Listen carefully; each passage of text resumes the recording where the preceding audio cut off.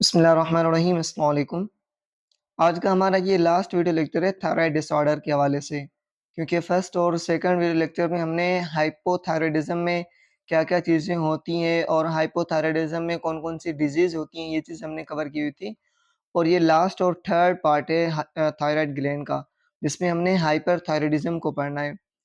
तो हाइपरथायरायडिज़्म की वजह से हमें जो डिज़ीज़ होती है उनमें से एक ग्रेव डिज़ीज़ है और गॉइटर है। मेनली इन दोनों के केसेज़ में तो यही चीज़ आएगी कि आपकी बॉडी के अंदर थायराइड सीक्रेशन बढ़ जाती है। लाइक T3 और T4 हार्मोन की इंक्रीज़मेंट हो जाती है, वो अपने नॉर्मल लेवल से हाई हो जाते हैं।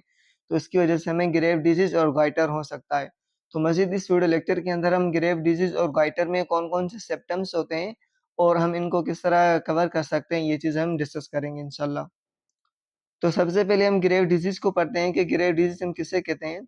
Basically grave disease is a type of autoimmune problem that cause the thyroid gland to produce too much thyroid hormone. सही है, मतलब ये भी टाइप है हमारे ऑटोइम्यून डिसऑर्डर है बेसिकली ये भी।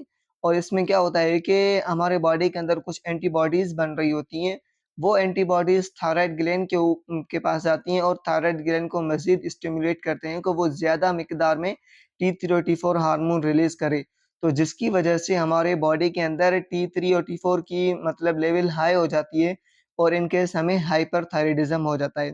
Which is called hyperthyroidism. Grave disease is often the underlining cause of hyperthyroidism. और मजीद ये चीज बता रहा है कि मतलब बुनियादी जो वजह है ग्रेव डिजीज का, grave disease is often underlining cause, मतलब ग्रेव डिजीज बुनियादी वजह है हाइपरथायरायडिज्म में।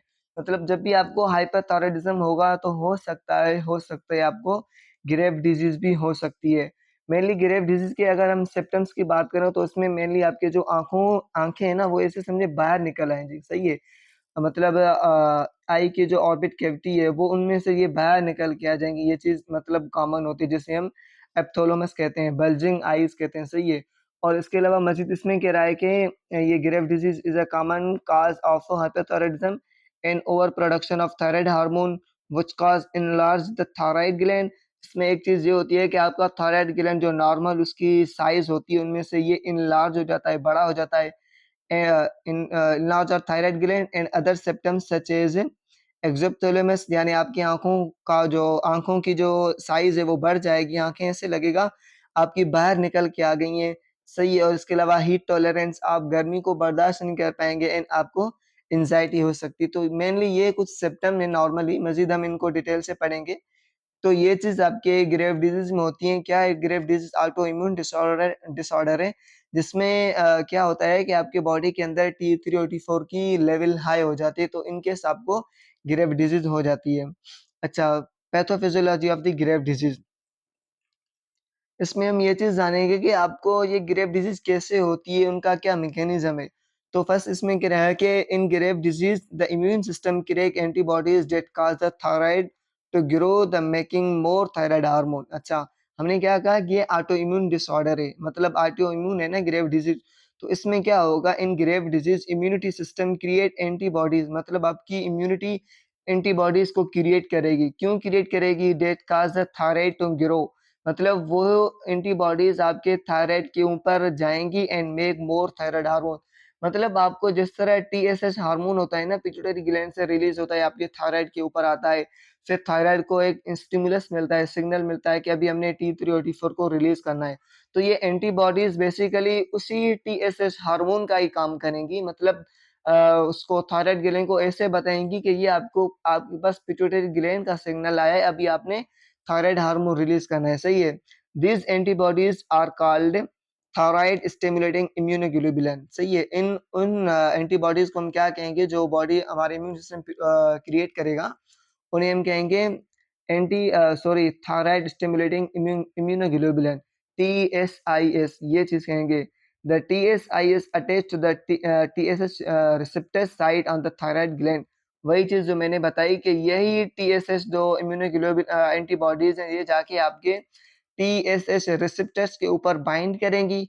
जब ये रिसेप्टर्स के ऊपर बाइंड करेंगी, तो उन रिसेप्टर्स को यही लगेगा कि हमारे पास पिट्यूटरी ग्लैंड से सिग्नल आया है। तो इन केस थायराइड ग्लैंड को भी यही सिग्नल मिलेगा कि अभी हमने T3 और T4 को रिलीज़ करना है, मतलब सीक्रेट करना है। तो जब तक ये एंटीबॉडीज़ बनती रहेंगी, ये सिग्नल आता रहेगा, थायरॉइड ग्लैंड ये मतलब काम करता रहेगा, तो इसकी वजह से आपकी बॉडी के अंदर T3 और T4 की सीक्रेशन बढ़ जाएगी, बढ़ती रहेगी। इन केस आपका थायरॉइड ग्लैंड जो है ना, ज़्यादा मतलब सीक्रेशन की वजह एनलार्ज भी हो जाएगा, उसकी साइज़ भी बड़ी हो जाएगी और मज़ीद आपको बहुत सारे सिम्पटम्स मिल रहे होते हैं। सही है, जैसे मैंने मेजर ये सिम्पटम्स होता है कि आपकी आँखों जो है ना, वो बाहर निकल के आ रही होती हैं। मज़ीद इसमें भी हम सिम्पटम्स पढ़ते हैं, पहले इन मैकेनिज़्म को हम ख़त्म करते हैं। अच्छा, फिर कहता है कि TSH the hormone responsible for telling the thyroid to produce hormone, वही चीज़ जो मैंने बताई, यही टीएसएच है जो कि मतलब रिस्पांसिबल होता है कि थायराइड ग्लैंड को स्टिमुलस दे कि वो T3 और T4 को रिलीज़ करे। The TSIS thyroid stimulating antibody trick the thyroid into growing and producing too much thyroid hormone leading to hyperthyroidism।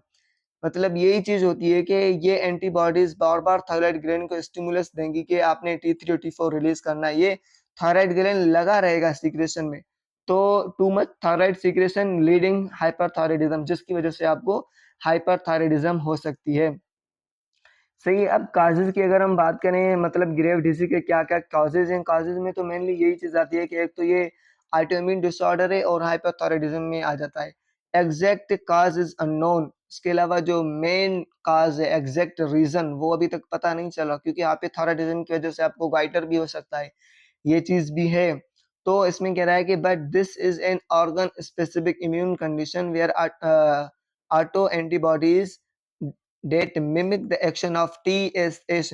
इसमें कह रहा है कि मतलब but this is in organ specific autoimmune condition, ये एक स्पेसिफिक ऑर्गन के लिए मतलब यूज हो रही है। जैसे एंटीबॉडीज तो मतलब काम कर रही है, मिमिक कर रही है, किसकी मिमिक कर रहे हैं मतलब मिमिक हम कॉपी को कहते हैं, किसकी कॉपी कर रहे हैं, ये टीएसएच की कॉपी कर रहे हैं। सही, आप मेरी बात समझने की कोशिश करें, मतलब ये उनकी कॉपी करके थायराइड रिसेप्टर्स के ऊपर आती है। मतलब थायराइड को ऐसा लगता है कि हमारे पास पिट्यूटरी ग्लैंड से एक्शन आया है, तो उसकी वजह से वो ज़्यादा सीक्रेशन करता है T3 और T4 की।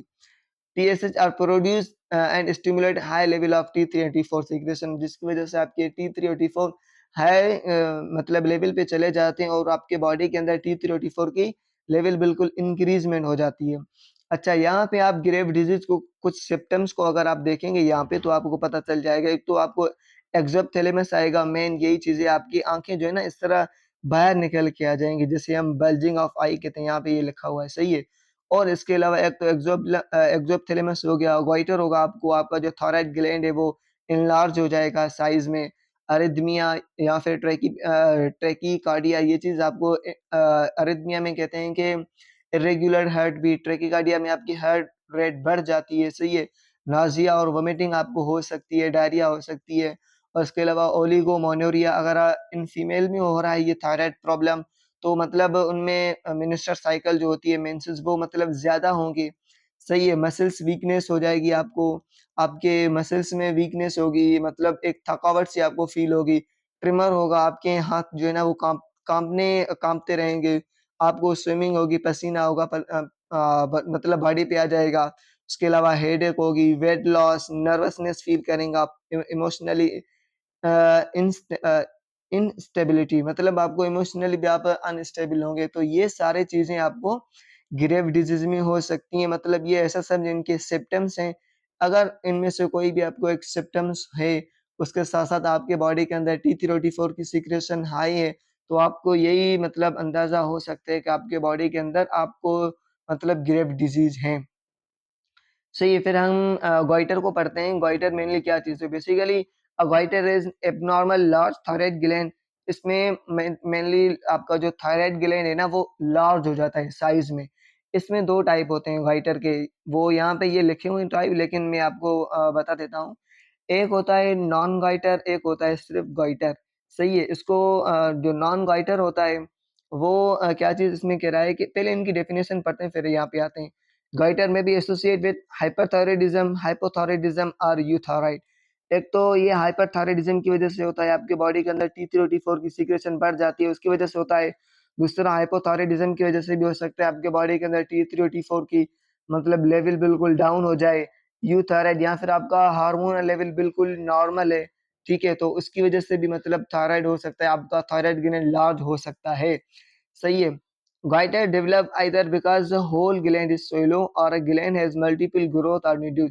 यहाँ goiter क्यों होता है? या तो आपका whole gland जो है ना वो shallow हो जाएगा, उसमें swelling हो जाएगी, उसकी वजह से goiter हो सकता है।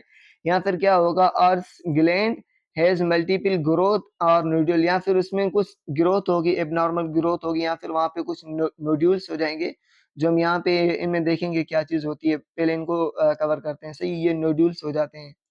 इस तरह के नोड्यूल आपको यहाँ पे ये नज़र आ रहे होंगे। सही है, तो ये भी हो सकते हैं, तो इसकी वजह से भी आपको गोइटर हो सकता है। मज़ीद क्लासिफ़िकेशन में अगर देखें तो ये चीज़ आपने थोड़ी-सी समझनी है। गोइटर नॉन टॉक्सिक, सही है। नॉन टॉक्सिक में ये होता है कि आपको 2 टाइप के गोइटर होते हैं। एक होता है सिंपल गोइटर, दूसरा होता है गोइटर या फिर टॉक्सिक। जो सिंपल गोइटर होता है ना, जिसे हम नॉन टॉक्सिक या फिर नॉन गोइटर कहते हैं, इनमें आपकी जो थायरॉइड ग्लैंड है ना वो स्वेलो कर जाता है, सही है, स्वेलिंग हो जाती है, लेकिन उनकी जो फिजियोलॉजी होती है ना, मतलब उनकी हार्मोनल सीक्रेशन करना, वो चीज़ नॉर्मल होती है, बिल्कुल अपना फंक्शन सही तरीके से मतलब परफॉर्म कर रहा होता है, सही है। सिर्फ़ उनकी लोकेशन और एनाटॉमिकल लोकेशन थोड़ी चेंज हो जाती है, उनमें स्वेलिंग आ जाती है, सही है, बाकी चीज़ें सही होती है। बाकी जो गोइटर होता है, टॉक्सिक होता है, इसमें मतलब आपकी दोनों चीज़ें होती हैं। एक तो आपकी उनकी साइज़ बढ़ जाती है, एनाटॉमिकल पोज़ीशन चेंज हो जाती है, और उसके साथ-साथ उनकी हार्मोनल जो सीक्रेशन होती है T3 और T4, वो भी अप एंड डाउन हो सकती है, सही है। तो ये चीज़ हमने दोनों में मतलब फाइंड आउट करनी है, डिफरेंशिएस ये आपने याद रखने हैं। नॉन गोइटर में अपना फिजियोलॉजी फंक्शन सही कर रहा होता है, सही है, हार्मोनल सीक्रेशन वगैरह ये सारी चीज़ें बिल्कुल नॉर्मल होती हैं, सिर्फ़ आपकी नेक स्वेलो कर जाती है, वो गोइटर जो है ना स्वेलो हो जाता है। और टॉक्सिक गोइटर में ये होता है कि आपके बॉडी के अंदर थायरॉइड ग्लैंड की स्वेलिंग हो जाती है, और उसके साथ-साथ उसकी जो हार्मोनल सीक्रेशन होती है, वो भी अप एंड डाउन हो जाती है, सही है। तो अब हम classification for goitre based on इस एनलार्जमेंट इंक्लूड, मतलब यहाँ पे हम ये चीज़ पढ़ेंगे कि हमारे बॉडी के अंदर थायराइड ग्लैंड की तो एनलार्जमेंट हो जाती है, वो क्यों होती है, वो चीज़ हम अब यहाँ पे पढ़ेंगे, सही है। तो इसको पहले यहाँ पे रख देते हैं। तो इसमें कह रहा है कि simple diffuse goiter, entire thyroid gland swallow for feel smooth the touch. ये देखें यहाँ पे, ठीक है, सिंपल डिफ्यूज गोइटर ये इस तरह का आपको थायराइड ग्लैंड हो जाता है, उनमें स्वेलिंग आ जाती है आपके थायराइड ग्लैंड में, ठीक है, और जब आप यहाँ पे टच करेंगे आपको स्मूथली फील होगा, उनमें इन्फ्लेमेशन हो जाती है, स्वेलिंग हो जाती है, तो जिसे हम सिंपल या फिर डिफ्यूज गोइटर कहते हैं, सही है। उसके अलावा नोडुलर गोइटर इन सॉलिड और फ्लूइड फिल्ड लंप, यहाँ पे ये देखें आपको, ये आपको नोड्यूल नजर आ रहा है, लंप भी आप इसे कह सकते हैं, कॉल्ड नोड्यूल, मतलब एक फ्लूइड टाइप होगा, फ्लूइड नोड्यूल बन जाएगा जिसके अंदर फ्लूइड होगा, सही है, नोड्यूल बन जाएगा, develop within thyroid and make it feel lumpy, मतलब यहाँ पे इस तरह लंप इफेक्ट जो नहीं होती, मतलब स्वेलो का जाती है आपका, तो इसमें नोड्यूलर गोइटर इस तरह हो जाता है, मतलब सिंगल नोड्यूल बन जाता है इसमें। or multinodular goiter. There are many lymph nodule within your thyroid. The nodule may be visible on your only discovered through examination or screen. मतलब इसमें मल्टी नोड्यूलर आ जाता है, जिसमें बहुत सारे नोड्यूल्स आपके थायराइड ग्लैंड में आ जाते हैं, सही है। These nodule may be visible और ओनली डिस्कवर थ्रू एग्जामिनेशन और स्कैन, या तो ये आपको सिंपली नजर आ रहे होते हैं, सही है, या फिर आप इन्हें मजीद स्कैन करके देख रहे होते हैं कि आपके थायराइड ग्लैंड में कौन से इशू हैं, क्या चीज़ है जिसकी वजह से आपके थायराइड ग्लैंड में ये नोड्यूल्स हो गए हैं। तो मेनली यही क्लासिफिकेशन है इनकी गोइटर के हवाले से, सही है। मज़ीद हम आगे बढ़ते हैं, ये देखते हैं गोइटर, ये देखिए आपका जो नॉर्मल गोइटर होगा वो इस तरह होगा, आपके जो थायराइड ग्लैंड है वो बिल्कुल स्वेलो कर जाएँगे। ये नॉर्मल थायराइड है, इनकी साइज़ नॉर्मल इतनी होती है, जब ये एनलार्ज हो जाते हैं, मतलब इनकी एब्नॉर्मलिटी आ जाती है, उनमें हार्मोन में ज़्यादा सीक्रेशन हो जाती है, सही है, तो ये कुछ इस तरह अपनी साइज़ कर जाता है, अपनी नॉर्मल साइज़ से बिल्कुल बढ़ जाता है, जिन्हें हम गोइटर कहते हैं। अच्छा, यहाँ पे हाइपरथायराइडिज़्म और हाइपोथायराइडिज़्म में कुछ जो सिम्पटम्स आपको नज़र आ रहे होते हैं, वो चीज़ बता रहे, और सारे सिम्पटम्स हमने फर्स्ट, सेकंड और थर्ड वीडियो लेक्चर के अंदर पार्ट 1 में, पार्ट 2 में पढ़े थे, सारी चीज़ें कवर कर ली हैं, ठीक है। लेकिन कुछ चीज़ें ऐसी हैं जो मैं आपको मज़ीद बताना चाहूँगा। यहाँ पे आप देखें, हाइपोथायराइडिज़म में क्या होता है, कोल्ड इंटॉलरेंस, आप जो है ना कोल्ड बर्दाश्त नहीं कर पाएँगे, ठंड बिल्कुल आप बर्दाश्त नहीं कर पाएँगे, और इसमें आपको हीट इंटॉलरेंस, आप हीट को बर्दाश्त नहीं कर पाएँगे, सही है। इसमें वेट गेन होगा, और इसमें आपका क्या होगा, इसमें वेट के हवाले से क्या कह रहा है मज़ीद, अलग-अलग देखते हैं। डिक्रीज़ स्वेटिंग आपको बिल्कुल पसीना नहीं आएगा और इसके अलावा डिप्रेशन, इरिटेबिलिटी होगी, रेगुलर एंड हेवी पीरियड्स होगा अगर ये फीमेल में होती है। स्लो हेड रेट होगा, ब्राइटल नेल्स मतलब आपके जो नाखून होंगे वो बिल्कुल व्हाइटिश कलर के हो जाएँगे इसके देखें, बिल्कुल व्हाइटिश कलर के हो जाएँगे आपके नाखून, मसल और जॉइंट पेन होगा, पफी फेस आपका फेस जो है ना वो बिल्कुल शोलो हो जाएगा। आपका वेट लॉस और या फिर वेट गेन भी हो सकता है, ये चीज़ होगी। इंक्रीज़ स्वेटिंग आपके पसीने बढ़ जाएँगे, यहाँ पे डिक्रीज़ स्वेटिंग कह रहा है, यहाँ पे इंक्रीज़ स्वेटिंग कह रहा है और यहाँ पे वेट लॉस या गेन भी होगा, यहाँ पे वेट गेन होगा। शॉर्ट एंड लाइट पीरियड्स यहाँ पे मतलब पीरियड्स आपको शॉर्ट होंगे या मतलब लाइट होंगे, हल्के होंगे लेकिन यहाँ पे सीवियर पीरियड्स कह रहा है, ये भी आपने माइंड में रखनी है। पफ़ी और बल्जिंग आइज़ यहाँ पे पफ़ी फेस होगा, यहाँ पे मेनली पफ़ी फेस नहीं होता लेकिन आपकी आँखों का कलर जो है ना आँखों मतलब बाहर निकल के आ जाती हैं, एक्ज़ोप्थेलेमस जिसे हम कहते हैं। हीट टॉलरेंस हमने पढ़ लिया, नर्वस एंड एंग्ज़ायटी आपको होगी, रेसिंग हीट होगी, मसल्स वीकनेस होगी, डायरिया होगा आपका ये चीज़। बाकी यहाँ पे ये जो लिखी हुई है, ये चीज़ आपको दोनों में हो सकती हैं, पॉसिबल है। फटीग आपको हाइपरथायराइडिज़्म में भी होगा, हाइपोथायराइडिज़्म भी होगा। इंसोम्निया आपको हाइपरथायराइडिज़्म में भी होगा और हाइपोथायराइडिज़्म इंसोम्निया बेसिकली नींद का ना आना को कहते हैं। सही है, मतलब आपको नींद ना आए उसे कहते हैं। और हेयर लॉस, एलोपेशिया मतलब ये आपको दोनों में हो सकते हैं। हाइपरथायराइडिज़्म में भी, हाइपोथायराइडिज़्म में भी ये चीज़ हो सकती है, सही है। मज़ीद अगर हम मेडिकल मैनेजमेंट की तरफ से जाते हैं, तो मेडिकल मैनेजमेंट में हम पेशेंट को किस तरह मैनेज करते हैं, तो एंटी थायराइड ड्रग देंगे इंक्लूडिंग मेटिमेज़ोल एंड कार्बिमेज़ोल ये दोनों ड्रग देंगे और दूसरा थियोरोसेल पीटीयू थोड़ा प्रोनाउंसिएशन डिफ़िकल्ट है लेकिन ये चीज़ आपने पेशेंट को देनी है। एंटी थायराइड ड्रग्स के हवाले से ये उनकी सीक्रेशन को कुछ मतलब मेंटेन रखती हैं, उनकी सीक्रेशन को स्टॉप कर देती हैं। सही है। Radioactive iodine treatment radioactive iodine is used to treat an over action thyroid gland मतलब ये आपका जो थायराइड ग्लैंड है ना वो ओवर एक्टिव है। मतलब ज़्यादा हार्मोन सीक्रेशन कर रहा है, तो ये उनको कुछ कम कराने की कोशिश करते हैं। Surgical removal of the all part of the thyroid also known as total और पार्शियल थायराइडेक्टोमी मतलब आपका थायराइड मतलब इतनी लेवल पे पहुँच गया है कि मेडिसिन वगैरह से वो रिकवर नहीं हो रहा, फिर आपने सर्जरी करके थायराइड ग्लैंड को बाहर निकाल देते हैं, सही है।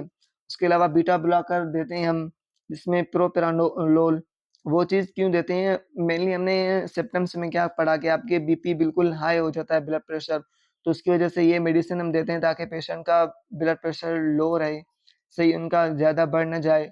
और इसके अलावा हमने पेशेंट को एजुकेट करना है, किस हवाले से एजुकेट करना है, आपने हाई कैलोरी डाइट लेनी है, सही है। हाई कैलोरी डाइट कौन-सी होती है? मतलब जो मील होती है उनमें ज़्यादा कैलोरीज़ होती हैं, सही है। और इसके अलावा चॉकलेट्स वग़ैरह जो होती हैं ना, इनमें भी ज़्यादा मतलब ऐसी चीज़ें आपने लेनी है जिसमें ज़्यादा कैलोरी हो, ज़्यादा एनर्जी हो, ज़्यादा प्रोटीन हो, जिसमें लाइक अंडा हो गया या फिर फिश हो गई, ये इनमें चीज़ों में जो है ना ज़्यादातर प्रोटीन होती हैं, वो चीज़ आपने लेनी है। High protein and high carbohydrate जो मैंने पहले भी कहा, मतलब अंडे में तो ज़्यादातर प्रोटीन होती है, उसके अलावा फिश हो गई आपकी, अब दूध हो गया, ऐसी चीज़ें लेनी है, जिनमें ज़्यादातर प्रोटीन और कार्बोहाइड्रेट हों। और 6 full meal and snacks daily मतलब आपने डेली पेट भर के खाना खाना है, सही है? ऐसा नहीं है कि बिल्कुल डाइट कम लेनी हो, नहीं आपने मतलब अच्छी तरह से डाइट लेनी है। नो हाई फाइबर मतलब ऐसे फ्रूट्स या फिर वेजिटेबल आपने नहीं लेने जिनमें ज़्यादातर फाइबर हो, जिसमें आपका ऑरेंज आ जाती है, उसके अलावा बनानास आ जाते हैं, सही है? कैरेट आ जाते हैं, मतलब ऐसी चीज़ें आपने नहीं लेनी है। नो कैफ़ीन लाइक चाय हो गई या फिर आपके लिए क्या चीज़ होती है, स्मोकिंग सिगरेट वगैरह हो गई। ये चीज़ें आपने मतलब बिल्कुल नहीं लेने, तो इसकी वजह से मतलब ये चीज़ होगी कि आपके बॉडी के अंदर जो थायरॉइड सीक्रेशन थी, वो तो नॉर्मल हो गई है, लेकिन उसके साथ-साथ आपकी बॉडी के अंदर जो इम्यूनिटी वीक हो गई थी, उनको इम्प्रूव करने के लिए आपने ये चीज़ लेनी है, आपने अपनी डाइट का अच्छी तरह से ख़्याल रखना है। तो आज का ये वीडियो लेक्चर पार्ट 3 यहाँ पे भी कंप्लीट होता है, जो कि हमने थायरॉइड ग्लैंड को पढ़ा था। काफ़ी मतलब लेंथी यूनिट था और टॉपिक थे इनके इसलिए हमने इनको 3 पार्ट में डिवाइड किए। होपफुली आपको सारी चीज़ें कवर हो गई होंगी। अभी हम नेक्स्ट विलेन के पास जाएँगे और उनके जो मतलब डिसऑर्डर होंगे वो चीज़ डिस्कस करेंगे।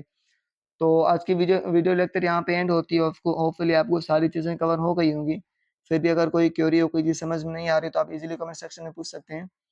अगर वीडियो अच्छी लगी हो तो लाइक और सब्सक्राइब ज़रूर करिएगा। मिलते हैं अगली वीडियो में, तब तक के लिए अल्लाह हाफ़िज़।